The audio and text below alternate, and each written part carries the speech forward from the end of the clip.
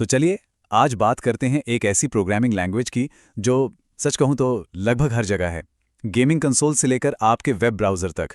जी हाँ, ये है सी प्लस प्लस, जो अपनी पावर और अपनी कॉम्प्लेक्सिटी दोनों के लिए जानी जाती है। आखिर ऐसा क्या है इस लैंग्वेज में जो इसे इतना खास बनाता है? चलिए पता लगाते हैं। अच्छा, ज़रा सोचिए, क्या एक ही कूल से घड़ी के बिल्कुल छोटे-छोटे पुर्जे बनाना और एक बहुत बड़ी गगनचुंबी इमारत खड़ी करना, क्या ये मुमकिन है? सुनने में अजीब लगता है ना? पर सी प्लस प्लस कुछ ऐसा ही कमाल करता है। ये लैंग्वेज हार्डवेयर के बिल्कुल बारीक डिटेल्स को कंट्रोल कर सकती है और साथ ही दुनिया के सबसे बड़े सॉफ्टवेयर सिस्टम्स भी बना सकती है। पर ये होता कैसे है? एक ही लैंग्वेज ये दोनों काम कैसे कर लेती है?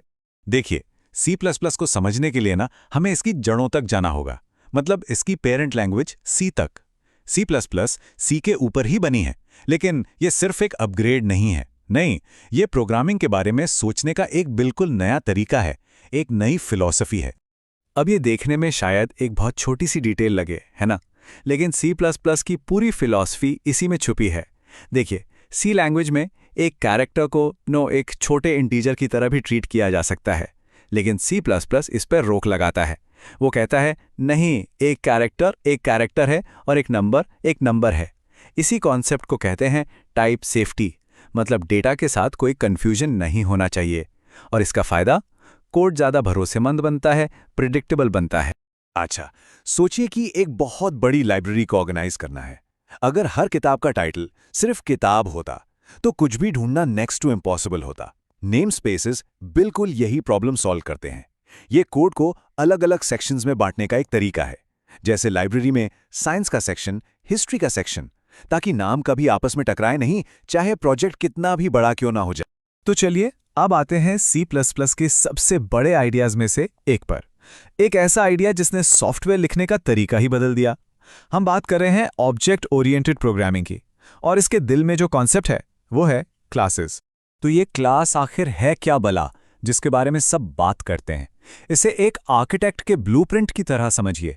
ब्लूप्रिंट बताता है कि एक घर कैसा होगा, उसमें कितने कमरे होंगे, दरवाजे कहाँ होंगे, वगैरह वगैरह। बिल्कुल वैसे ही एक क्लास किसी भी चीज का ब्लूप्रिंट है जिसे हम अपने कोड में बनाना चाहते हैं। और ये रहा इसका एक सिंपल सा एग्जाम्पल। देखिए, स्टेप 1, हमने डॉग का ब्लूप्रिंट बनाया, यानी क्लास डॉग।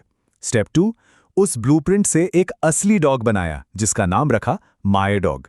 और स्टेप 3, हमने उसे कुछ करने को कहा, माय डॉग डॉट बार्क करना, मतलब भौंकना। देखा, ये कोड को ऑर्गेनाइज करने का कितना नेचुरल, कितना इंट्यूटिव तरीका है। ठीक है, तो हमने देखा कि क्लासेस कोड को ऑर्गेनाइज करने में कैसे मदद करती हैं। पर क्या हो अगर हमें कोड को और भी ज्यादा फ्लेक्सिबल और रीयूजेबल बनाना हो? मतलब एक ही कोड को बार बार अलग अलग डेटा के लिए इस्तेमाल करना हो। यहीं पर सी प्लस प्लस का एक और पावरफुल फीचर काम आता है, टेम्पलेट्स। टेम्पलेट्स का कॉन्सेप्ट बड़ा मजेदार है। सोचिए आपको एक बॉक्स बनाना है, तो क्या आप सेब के लिए अलग बॉक्स बनाएंगे, किताबों के लिए अलग और खिलौनों के लिए तीसरा? नहीं ना, आप एक जेनेरिक बॉक्स डिजाइन करेंगे जिसमें कुछ भी रखा जा सके। टेम्पलेट बिल्कुल यही है। आप एक बॉक्स का टेम्पलेट बनाते हैं और वो टी कुछ भी हो सकता है, इंटीजर, स्ट्रिंग या कोई और क्लास, मतलब एक ब्लूप्रिंट और संभावनाएं अनंत। अब आते हैं सी प्लस प्लस के शायद सबसे एलिगेंट और सबसे पावरफुल आइडिया पर। देखिए, प्रोग्रामिंग में एक बहुत बड़ा सिरदर्द होता है रिसोर्सेज को मैनेज करना, जैसे फाइल खोलना और उसे बंद करना, मेमोरी लेना और उसे फ्री करना। और इसमें गलतियां करना बहुत बहुत आसान है। लेकिन सी प्लस प्लस के पास इसका एक, कह सकते हैं, जादुई सॉल्यूशन है। जरा इस कोड को देखिए। ये सी लैंग्वेज में फाइल हैंडल करने का टिपिकल तरीका है। आपने एक फाइल खोली और अब उसे बंद करना, याद रखना, ये आपकी जिम्मेदारी है हर बार। अगर बीच में कोई एरर आ जाए तब भी। एक भी बार एफ क्लोज करना भूल गए तो हो जाती है एक प्रॉब्लम जिसे कहते हैं रिसोर्स लीक। ये बहुत थका देने वाला और एरर प्रोन तरीका है। और अब देखिए सी प्लस प्लस का तरीका। बस एक लाइन, दैट्स इट। कोई क्लोज फंक्शन नहीं, कुछ नहीं। ये तो इतना सिंपल है कि यकीन नहीं होता, है ना? तो फिर वो जादू कहाँ है? ये काम कैसे करता है?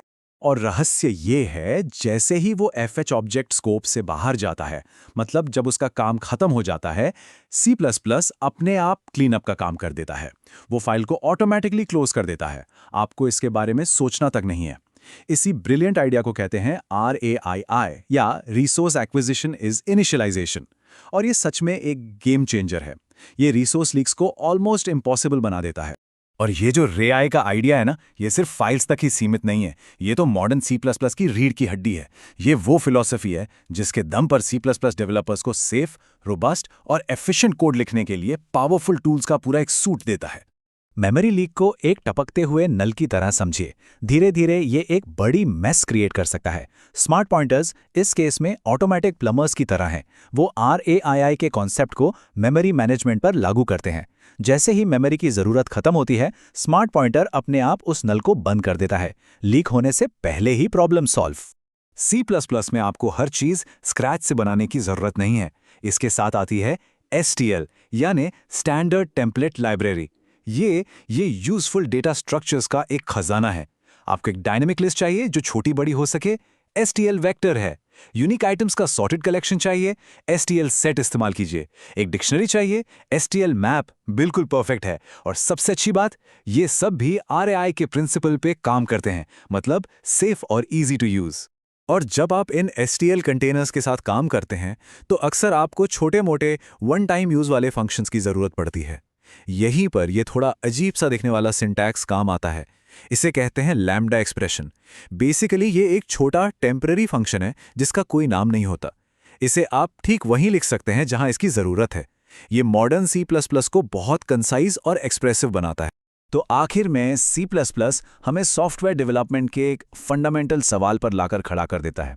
सवाल ये है कि हमें क्या चुनना चाहिए, एब्सोल्यूट पावर और कंट्रोल जैसा C++ देता है, या फिर सिंप्लिसिटी और सेफ्टी जो कई नई लैंग्वेजेस ऑफर करती हैं।